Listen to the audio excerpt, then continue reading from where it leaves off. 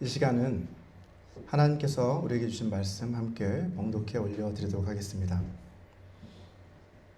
오늘 주신 말씀은 요한복음 4장 46절에서 54절까지의 말씀입니다.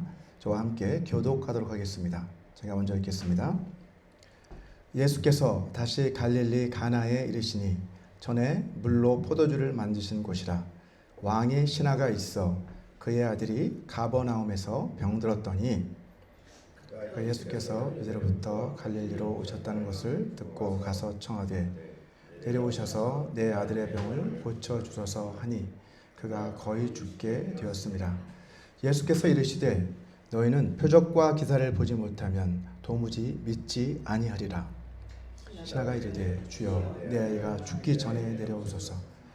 예수께서 이르시되 가라 내 아들이 살아있다 하시니 그 사람이 예수께서 하신 말씀을 믿고 가더니 내려가는 길에서 그 종들이 오다가 만나서 아이가 살아있다 하거늘 그 낫기 시작한 때를 물은즉 어제 7시에 열기가 떨어졌나이다 하는지라. 그의 아버지가 예수께서 내 아들이 살아있다 말씀하신 그때인 줄 알고 자기와 그 온 집안이 다 믿으니라. 같이 읽겠습니다. 이것은 예수께서 유대에서 갈릴리로 오신 후에 행하신 두 번째 표적이니라. 아멘. 지난 시간에 우리는 요한복음의 첫 번째 표적인 물로 포도주를 만드신 그 사건을 함께 살펴보았습니다. 가나의 혼인잔치에서 예수님께서는 마리아의 신뢰하는 믿음, 그리고 하인들의 순종하는 믿음, 그리고 이제 제자들이 그 표적을 보고 그 영광을 보고 더 깊은 믿음의 경지로 나아가 확고한 믿음을 갖게 되는 그러한 믿음에 대해서 우리가 살펴보았습니다. 이처럼 우리의 믿음을 통해서 하나님은 일하시잖아요. 하나님께서 역사하셔서 그 영광을 나타내시고 그 영광이 우리에게 비춰질 때 그 영광을 보고 우리의 믿음이 더욱 깊어지는 이러한 영광과 믿음과 영광의 선순환이 일어나야 한다라고 여러분들에게 말씀을 드렸습니다. 자, 오늘 본문인 요한복음 4장 46절에서 54절까지 이 말씀을 중심으로 표적이 따르는 믿음이라는 이 제목으로 주님께서 우리에게 요구하시는 그 믿음이 어떠한 믿음인지 더 깊이 생각해보는 시간을 갖고자 합니다. 첫 번째로 우리는 표적을 구하는 그러한 믿음을 경계해야 한다고 주님은 말씀하십니다. 오늘 본문에서 소개하고 있는 예수님의 두 번째 이 표적 사건도 동일한 장소에서 일어났습니다. 오늘 본문 46절을 한번 보시면 예수께서 다시 갈릴리 가나에 이르시니 이곳은 전에 물로 포도주를 만드신 곳이다 라고 이렇게 말씀하고 있어요. 자, 그런데 예수님이 갈릴리로 오셨다라고 하는 이 소식을 듣고 예수님을 만나려고 찾아온 사람이 있었죠. 그가 누구였습니까? 요한은 그를 왕의 신하다라고 이렇게 소개를 하고 있는데 당시 이 갈릴리 지역을 다스리고 있었던 분봉왕 헤롯이 있었습니다. 그 헤롯의 신하로 추정되는 인물이에요. 자, 그렇기 때문에 아마도 그 당시 그 사회에서 상당한 권력과 지위와 부를 가진 그런 사람이었을 것입니다. 자, 본문 47절 말씀을 통해서 우리는 그가 예수님을 찾아온 목적이 무엇인지 알 수 있어요. 그의 목적은 죽어가는 자기 아들의 병을 고치기 위해서, 병 고침을 받기 위해서 예수님을 찾아왔습니다. 자, 그가 직면해 있는 아들의 죽음이라고 하는 그 문제는 그가 가진 그 권력과 재력과 지위도 아무런 소용이 없었어요. 그것을 다 동원했겠죠. 하지만 소용이 없으니까 누구를 찾아온 거예요? 예수님을 찾아온 겁니다. 이처럼 절망 가운데 빠져 있던 그에게 예수님이 갈릴리로 다시 돌아오셨다라고 하는 그 소식은 참 반가운 소식이었을 거예요. 너무나 기쁜 소식이었을 것입니다. 이 소식을 듣자마자 그는 가버나움에서 가나까지 약 20마일 정도 떨어져 있다고 합니다. 약 32km 정도 되는데 그 거리를 한 걸음에 그렇게 달려왔을 것입니다. 그는 예수님께 나와서 자기 아들이 거의 죽게 되었으니 어떻게 되었는지 모르죠. 그가 달려온 그 순간에 이미 죽었는지 아닌지도 모릅니다. 그런 상황에서 그는 예수님 앞에 자기 아들을 좀 고쳐주십시오라고 간곡하게 간청하는 것을 볼 수 있습니다. 자, 그런데 다음 구절에 나오는 예수님의 반응을 보게 되면 참으로 의아한 생각이 들 수밖에 없어요. 48절 말씀을 보시면 이렇게 말씀하시죠. 예수께서 이르시되 너희는 표적과 기사를 보지 못하면 도무지 믿지 아니하리라. 간곡히 자기 아들을 좀 살려달라는 그 간청하고 있는 사람에게 예수께서 너희는 표적과 기사를 보지 못하면 도무지 믿지 아니하리라 라는 말씀을 하시는 거 봤을 때 좀 이상한 생각이 들 수는 있지만 어떻게 보면 그 사람을 꾸짖는 것처럼 이렇게 오해할 수도 있잖아요. 하지만 그렇지 않죠. 우리가 잘 아는 바처럼 이 말씀에 보면 그 대상이 누구입니까? 너는 이렇게 하지 않고 너희는 이렇게 단수가 아니라 복수로 되어 있는 것을 볼 수 있어요.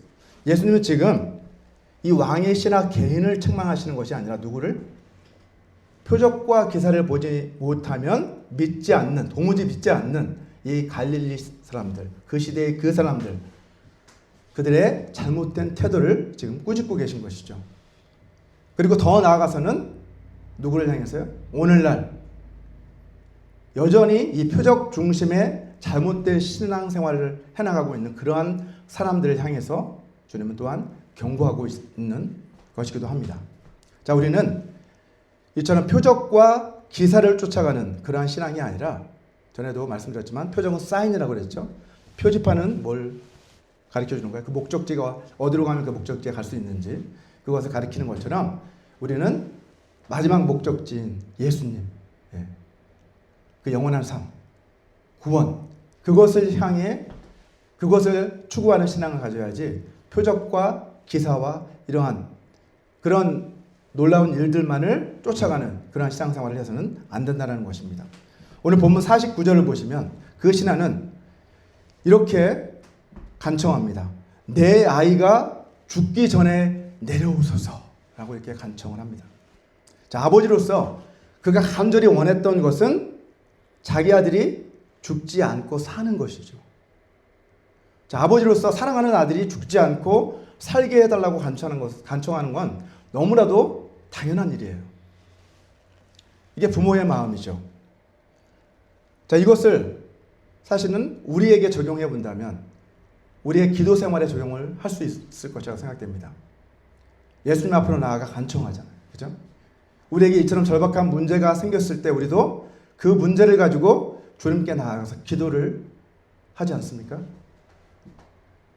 자식을 둔 그러한 부모라고 한다면 오늘 본문에 나오는 이 아버지처럼 자기 자식이 병들어 죽어갈 때 마찬가지로 주님 앞으로 나가서 제 아이를 살려주십시오라고 간절히 아마 매달릴 것입니다.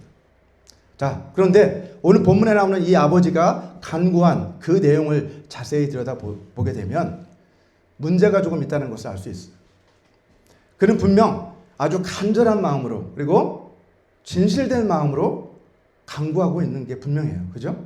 아버지로서 아이가 살기를 바라는 간절한 마음으로 또 진실된 마음으로 그렇게 간구하고 있습니다.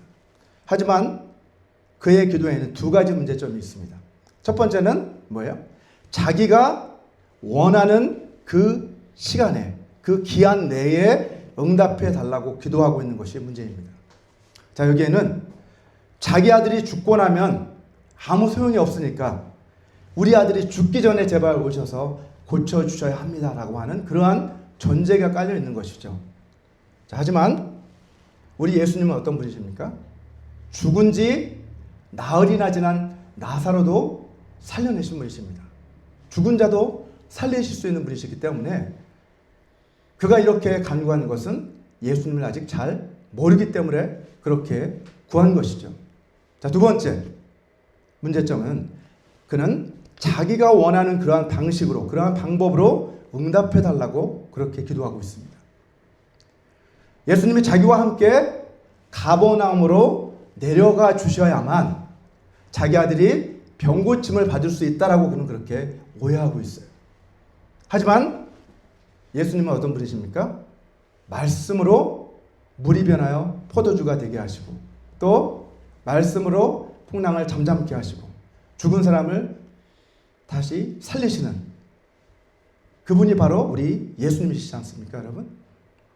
백부장의 종을 말씀으로만 고쳐주신 그분이 바로 우리 예수님이십니다. 그가 이렇게 잘못된 간청을 할 수밖에 없었던 것은 아직 예수님을 잘 알지 못하기 때문에. 오늘날 많은 그리스도인들이 이와 마찬가지 실수를 저지른다는 것이죠. 이미 예수님을 믿은 지 오래되었지만 많은 사람들이 여전히 이런 기도를 하고 있는 것을 볼 수 있습니다. 하나님이 정하신 그때가 아니라 내가 정한 그때, 그리고 하나님의 방법이 아니라 내가 원하는 방법, 내가 생각하는 그 방법으로 응답해 주시기를 기도하는 사람들이 너무나도 많다는 거죠. 이것은요, 하나님의 그 능력과 그 무한한 능력과 하나님의 전지하심을 우리의 생각의 틀 안에 가두어주는 그런 어리석은 시도입니다. 우리 전지전능하신 우리 하나님께서는 모든 것을 다 아시고 모든 것을 다 하실 수 있는 분이시기 때문에 우리에게 가장 합당한 시기에, 가장 합당한 때에, 그리고 가장 합당한 방법으로 우리의 기도에 응답해 주실 수 있는 분이시라는 것을 우리는 기억해야 한다는 것이죠. 우리의 어리석은 이 생각으로, 판단으로 하나님의 그 방법과 시기를 제한해서는 안 됩니다. 우리가 아무리 기도를 많이 한다고 해도, 또 아무리 이 아버지처럼 간절하게 기도한다고 해도 만약 그 기도가 하나님의 뜻에 합당하지 않는 기도라고 한다면 아버지 하나님께서는, 우리에게 어떤 것이 좋은지를 너무나도 잘 아시는 하나님께서는 결코 우리의 그 기도에 응답해 주시지 않고 하나님의 방법대로, 하나님의 뜻대로 응답해 주신다는 것입니다. 자, 두 번째로 오늘 본문을 통해서 우리가 기억해야 할 것은 말씀에 순종해서 우리는 믿음의 걸음을 내딛는 삶을 살아가야 한다는 것입니다. 오늘 본문 50절을 보시면 예수님께서는 그에게 이렇게 말씀하십니다. 가라, 내 아들이 살아있다 라고 이렇게 말씀하십니다. 이것은 앞에서 그 아버지가 기도한, 간구한 그 내용에 대한 뭐라고 할 수 있어요? 예수님의 응답이라고 할 수 있겠죠. 그래서 잘 보시면 그 아버지가 기도한 그 때와 그 방법대로 응답해 주신 것이 아니죠. 그죠? 전혀 예상 밖의 말씀하셨어요. 가라고 그래요. 같이 가시는 게 아니라 내가 너와 같이 가겠다 이게 아니라 가라, 내 아들이 살아있다 라고 그렇게 말씀하십니다. 자, 가라라고 하는 그 명령은 지금 이 신하에게 무엇을 요구하시는 거예요? 믿음의 순종을 요구하고 계신 것이죠. 다시 말해서 내가 믿음이 있다라고 한다면 어떻게 하라는 거예요? 가라는 거죠. 믿음의 그 발걸음을 내딛으라 라고 이렇게 요청하고 계신 거예요. 무조건 가라는 거예요. 가라는 게 아니죠. 가 그냥 이렇게 하지 않고 어떻게 말씀하셨어요? 내 아들이 살아있으니 가라 이렇게 말씀하신 거예요. 그 아들이 살아있다는 것을 지금 이 사람은 볼 수 있어요? 없어요? 못 보잖아요. 두 눈으로 확인할 수 없어요. 보지 못했어요. 하지만 내 아들이 살아있다 라고 하는 그 예수님의 그 약속의 말씀을 그는 믿고 돌아갔던 것이죠. 자, 여기에서 우리는 히브리서 기자가 정의한 그 믿음의 두 가지 중요한 특징을 발견할 수 있습니다. 자, 히브리서 11장 1절은 뭐라고 말씀합니까? 믿음은 뭐예요? 바라는 것들의 실상이고 또 보이지 않는 것들의 증거다라고 이렇게 선언을 했습니다. 자, 이것을 오늘 본문의 사건에 적용을 해본다면 예수님이 가라, 내 아들이 살아있다 라고 말씀하셨을 때 이 사람이 순종해서 갔어요. 그죠? 어떻게 갈 수 있었을까요? 첫 번째, 이 아들이, 자기 아들이 낫기를 바라는 그의 간절한 바람이 있었어요. 그는 너무나도 간절했어요. 그죠? 바라는 것들이 있었어요. 그 바람이 어떻게 된 거예요? 믿는 그 순간에 실상이 된 거예요. 실상. 그 믿음을 통해서 실상이 된 거죠.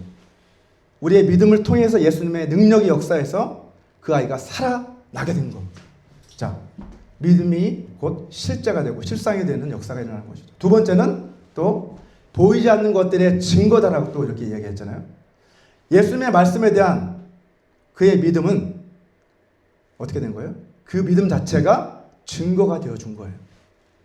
그는 보지 못했잖아요. 아직 아들이 살았다라고 하는 것을 확인할 수, 지금처럼 뭐 전화 걸어서 야, 우리 아들 살아있어 이렇게 확인할 수 있는 게 아니잖아요. 그런데 그 말씀을 듣고 그는 돌아갔어요. 어떻게 그는 그렇게 평안한 마음으로 돌아갈 수 있었을까요? 예수님이 내 아들이 살아있다 라고 하신 그 말씀을 믿는 그 순간 그 믿음이 증거가 된 거예요. 자, 오늘 본문에서 예수님은 내 아들이 살 거야 라고 미래형으로 말씀하지 않고 뭐라고 말씀하셨어요? 내 아들이 살아있다 라고 현재형으로 지금 말씀하고 계세요. 살아있다. 현재 시제라는 거죠. 단순히 이 현재의 시제는 우리의 현재는 그냥 현재 상태를 말하지만 지금 살아있는 상태야. 언제 죽을지 몰라. 이게 아니죠. 살아있다. 이것은 아직까지는 살아있어. 뭐 이런 뜻이 아니라는 거예요. 뭐예요? 살아있다라는 것은 이 상태가 계속돼서 진행될 것이다라는 것을 함축하고 있다는 거예요. 말씀하시는 그 순간에 그 아이가 죽지 않고 살아있고 앞으로도 계속해서 살아있을 거다라고 하는 약속이 그 안에 담긴 것입니다. 사실은 그 아이가 예수님의 그 능력을 통해서 어떻게 된 거예요? 이미 사망에서 벗어나 생명 안으로 들어오게 된 것임을 선포하고 계신 거예요. 살아있어. 생명 안에 있어. 라고 이렇게 주님은 말씀하신 것이죠. 이처럼 우리는 주님의 약속의 말씀을 우리가 받았다고 한다면 그 말씀을 듣고 우리의 믿음의 발걸음을 내딛어가는 그러한 삶을 매일매일 걸어가야만 합니다. 자, 마지막으로 오늘 본문에서 우리가 배울 수 있는 것은 본문은 우리에게 이렇게 말씀합니다. 표적이 따르는 그 믿음을 우리가 소유해야 한다라고 주님은 우리에게 말씀해 주십니다. 자, 예수님의 이 말씀, 이 약속의 말씀을 들은 그 신하는 그 말씀을 믿고 집으로 돌아가죠. 자, 돌아가는데 도중에 누구를 만납니까? 자기 종들을 만나게 됩니다. 오늘 본문 51절 말씀이죠. 내려가는 길에서 그 종들이 오다가 만나서 아이가 살아있다라고 그렇게 소식을 전합니다. 이 종들은 병들어 죽어가던 그 주인의 아들이 살아나는 것을 보고 너무나 기뻐서 그 기쁜 소식을 주인에게 알리기 위해서 주인을 찾아온 종들이었어요. 중간에 만난 거죠. 자, 본문 52절을 한번 보게 되면 그가 그들을 만나서 뭐라고 묻습니까? 가장 먼저 물은 것은 그 아이가 낫기 시작한 때가 언제냐? 이것은 의심의 질문이 아니라 이미 살아있다는 것을 확인한 뒤에 이 사람이 가지고 있던 그 아이가 낫기 시작한 때가 언제인지 그 궁금증을 물었을 때 어떤 대답을 했습니까? 어제 7시에 열기가 떨어졌습니다. 라는 그 보고를 듣습니다. 어제 7시면 7시는 그때 시간으로 환산을 해보면 오늘날의 시간으로 바꿔보면 오후 1시 정도 됩니다. 어제 오후 1시에 열기가 떨어졌습니다. 라고 이렇게 보고하는 거예요. 아마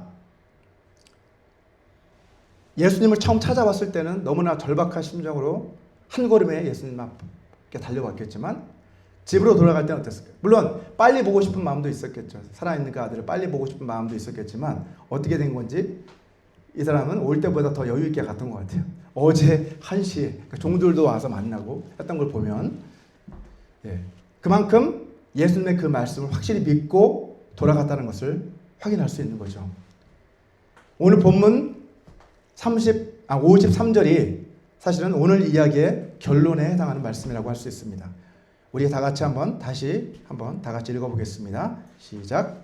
그의 아버지가 예수께서 내 아들이 살아있다 말씀하신 그 때인 줄 알고 자기와 그 온 집안이 다 믿으니라. 아멘.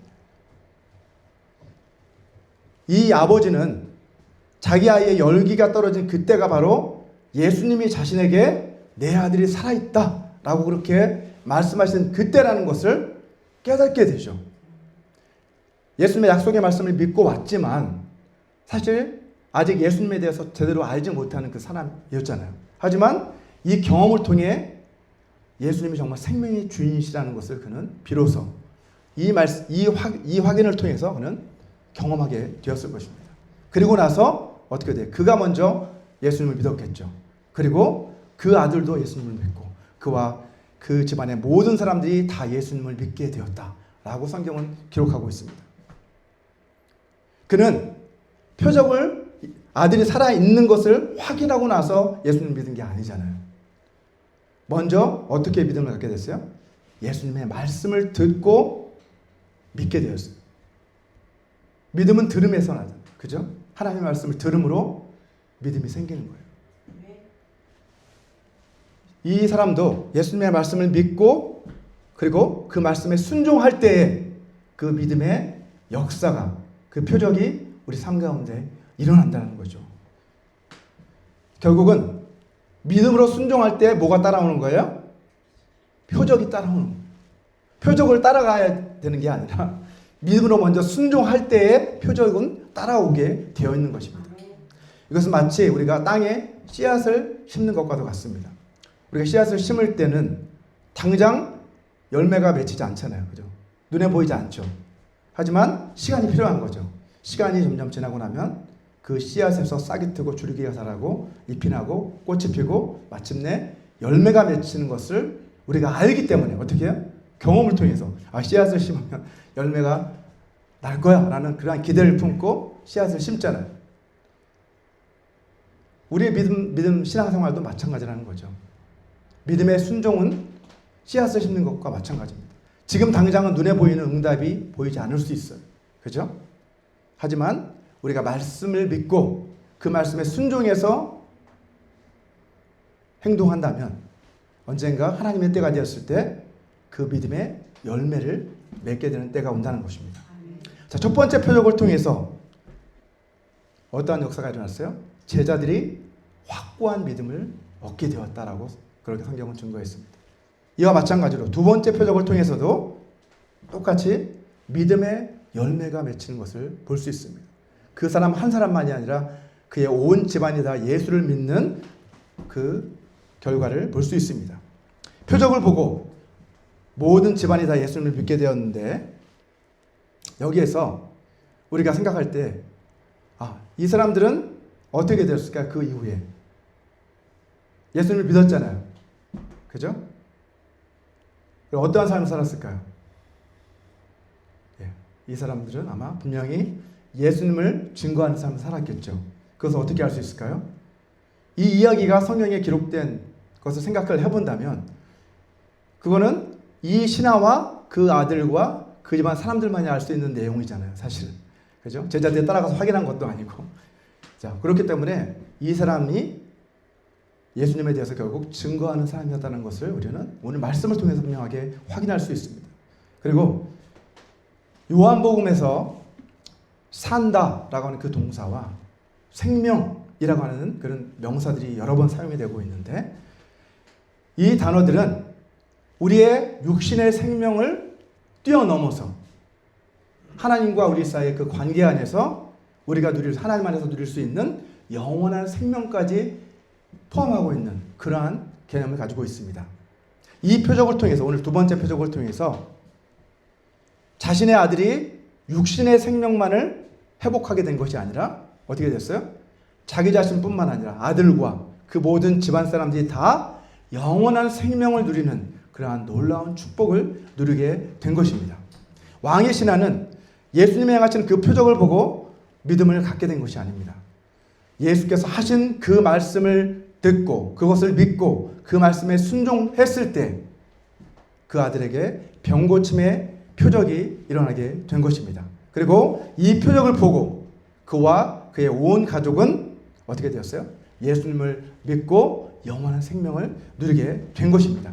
이처럼 한 사람이 믿음으로 순종했을 때 그 순종을 통해 표적이 나타나고 그 표적을 통해 하나님의 영광이 드러나고 그것을 보고 많은 사람들이 또다시 믿음에 이르게 되는 이러한 믿음과 영광이 선선하니 여기에서도 일어나는 것을 확인할 수가 있습니다. 예수님께서는 부활 승천하시기 직전에 제자들에게 이런 말씀을 하셨죠.